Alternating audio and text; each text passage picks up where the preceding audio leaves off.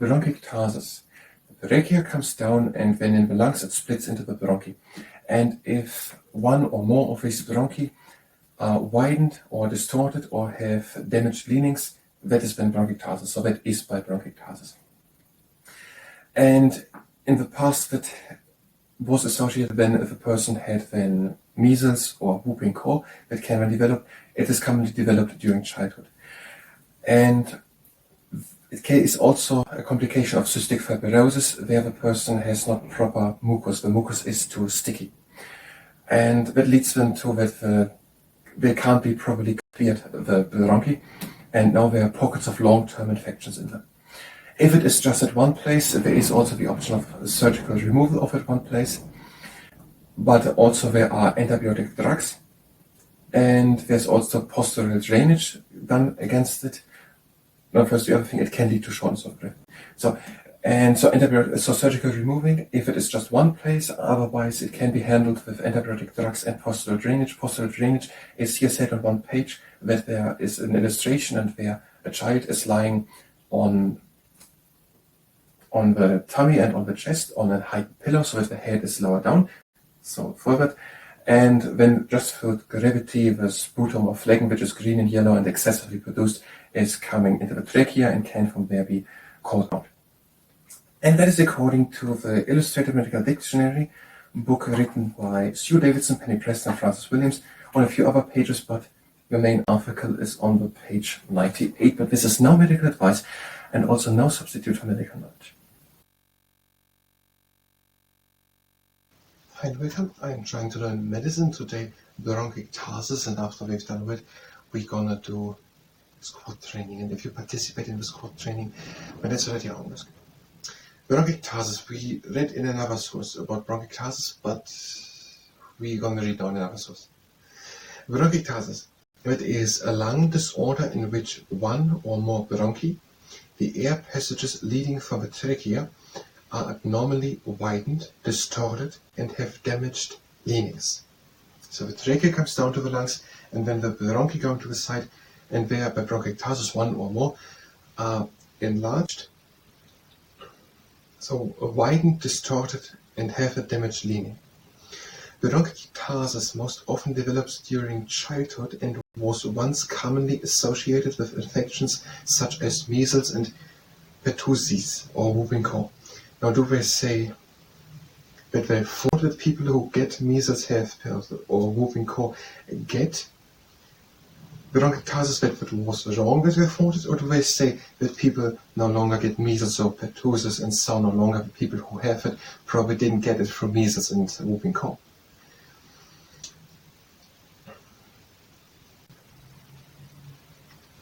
Let's take one look at measles.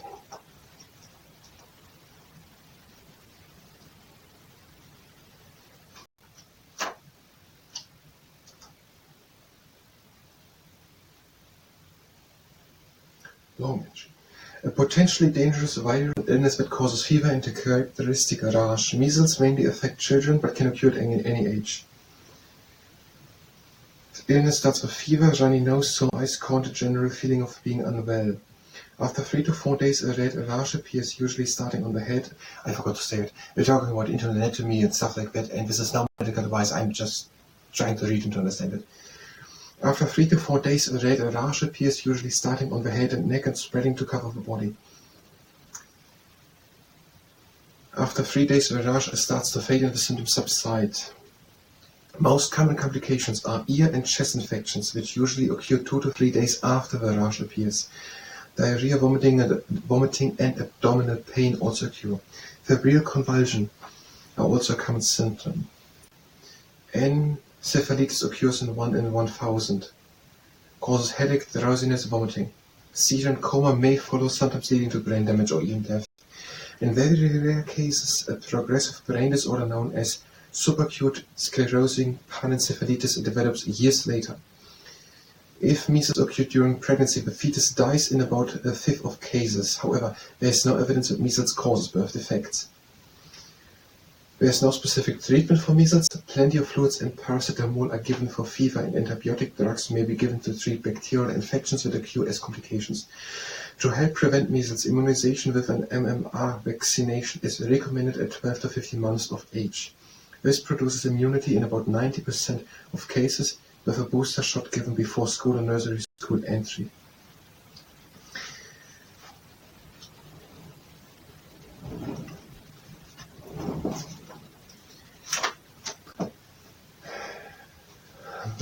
Something else here. I have to censor that one. Bronchiectasis.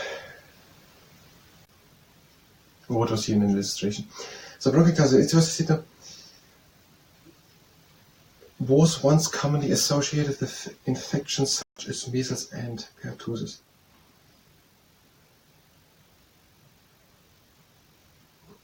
The condition is also a complication of cystic fibrosis.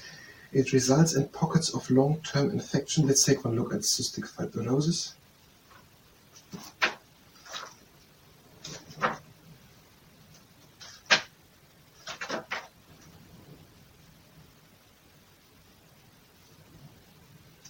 A genetic disorder characterized by tendency to develop chronic lung infections and an inability to absorb fats and other nutrients from food.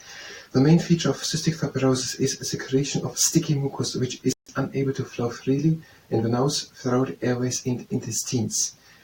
The cause and severity of the disease vary.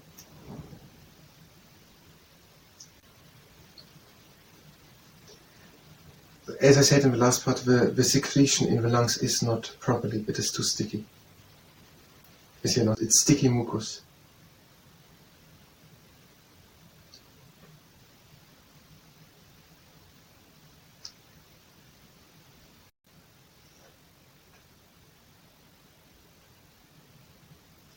Early diagnosis and treatment improves the long-term prognosis.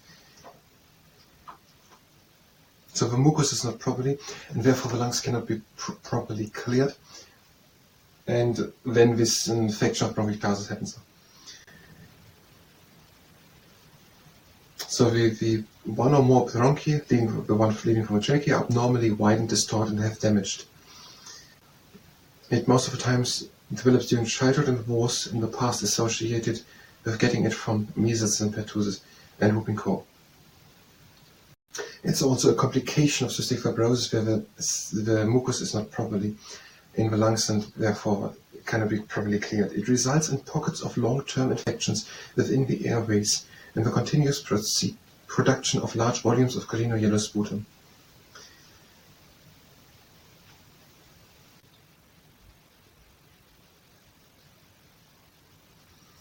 The airways cannot be properly cleared. I think we can say that based on the other information we had in the previous parts. And there are long-term infections, they cannot be properly cleared, and now there are pockets of where infections are staying for a long time. And there's a continuously produced large volumes of green and yellow sputum. Extensive bronchiectasis causes shortness of breath. The symptoms are usually controllable with antibiotic drugs and post-tural drainage.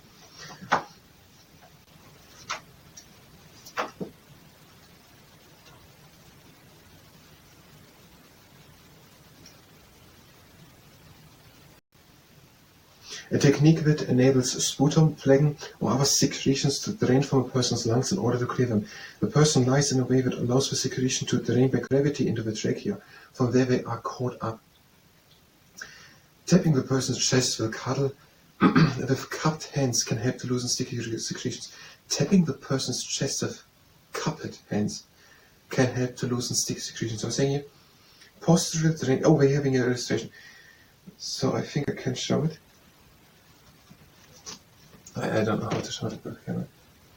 So there is a physiotherapist and a parent, and then there is head loud to allow secretions to drain. So the child is lying in this picture a bit higher with the chest, but the child is lying with the head down, so with the chest on a pillow or something. So the person of the child is lying with the face down, heightened on the pillow on the stomach or on the tummy.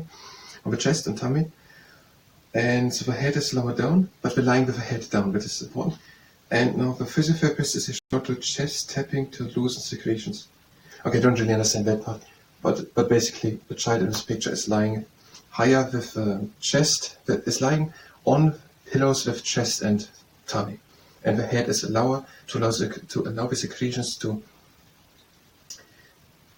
drain by gravity into the trachea, from where they can be caught up.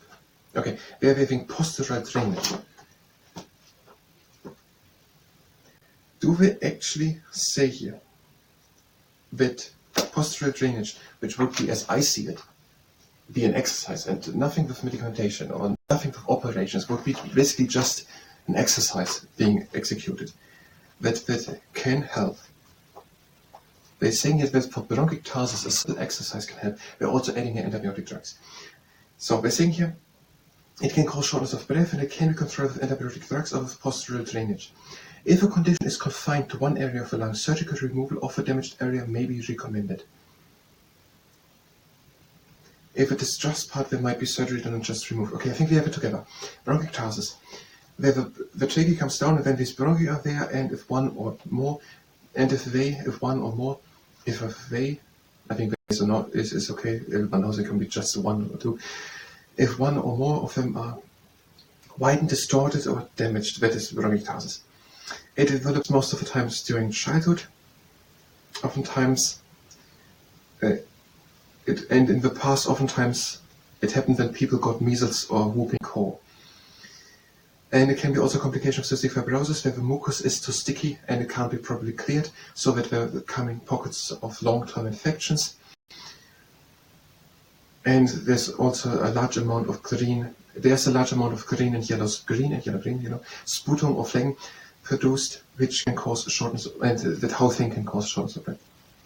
And there are antibiotic drugs. It can be removed if it is just one area. Removal surgical, otherwise antibiotic. Okay, I'll stop that.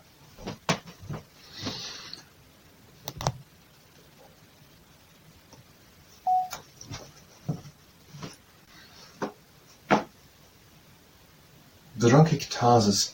The trachea comes down and then it splits in the lungs into the bronchi to the sides, and if one or more of them are widened, distorted, or what was the third one? Damaged leanings, that is important. Bronchiectasis. The trachea comes down and then it splits into the bronchi in the lungs, and if one or more of them is widened, distorted, or has damaged leanings, then was for widened, distorted, damaged leanings. Bronchiectasis. The trachea comes down and then in the lungs it splits into the bronchi. And if one or more of these bronchi are widened or distorted or have damaged leanings, that is then bronchiectasis. So that is by bronchiectasis. And in the past, that was associated when the person had then measles or whooping cough that can then develop. It is commonly developed during childhood. And it is also a complication of cystic fibrosis, where the person has not proper mucus. The mucus is too sticky. And that leads them to that they can't be properly cleared, the bronchi, and now there are pockets of long-term infections in them. If it is just at one place, there is also the option of surgical removal of at one place, but also there are antibiotic drugs, and there's also postural drainage done against it. Now, first, the other thing, it can lead to shortness of breath. So surgical removing, if it is just one place, otherwise it can be handled with antibiotic drugs and postural drainage. Postural drainage is here said on one page, that there is an illustration and where a child is lying on the tummy and on the chest on a high pillow, so that the head is lower down, so forward. And then just for gravity, the sputum or phlegm, which is green and yellow and excessively produced, is coming into the trachea and can from there be called out. And that is according to the Illustrated Medical Dictionary, book written by Sue Davidson, Penny Preston, and Francis Williams, on a few other pages, but the main article is on the page 98. But this is no medical advice and also no substitute for medical knowledge.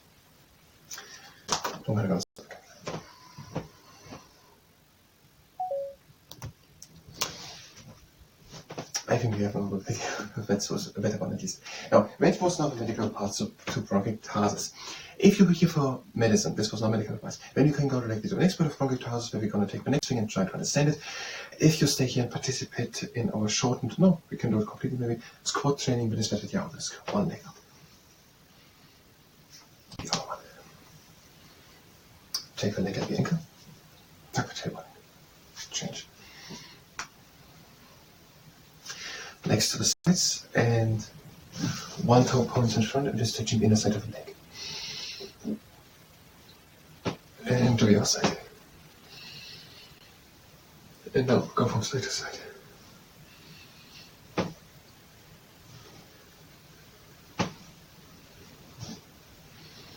And into the middle. And now squats. Legs wide apart and doing 12. 1 and 2. 3 and 4. 5, and we are halfway. And number 7 and 8, and number 9 is 3/4, 10, and the last 2, 11 and 12. Directly onto the next exercise. Quarter squat, press at the top part of the leg. And outside. Half squat, press in the middle of the leg. Outside. 3/4 squat, press close to the knee. Outside. And 3/4 squat, hold it, press against the knee, go towards it, other side. Press against the knee, go towards it. Press towards it. Press towards it. Press towards it, and last time, press towards it. Arms to the sides, full squat, over to one side, press against the leg. Middle, over, press against the leg. Middle, and up, and also. One heel onto the ground, pull the toes in. Put to the left, pull in, the right, pull in, middle, move from left to right, other heel onto the ground, pull the toes in, to the right, pull in, left, middle, from left to right, one leg up, the other one, take one leg at the ankle, change, legs to the sides, bring it down, out, in and close the legs. And that was the fast and squat training. I thank you very much.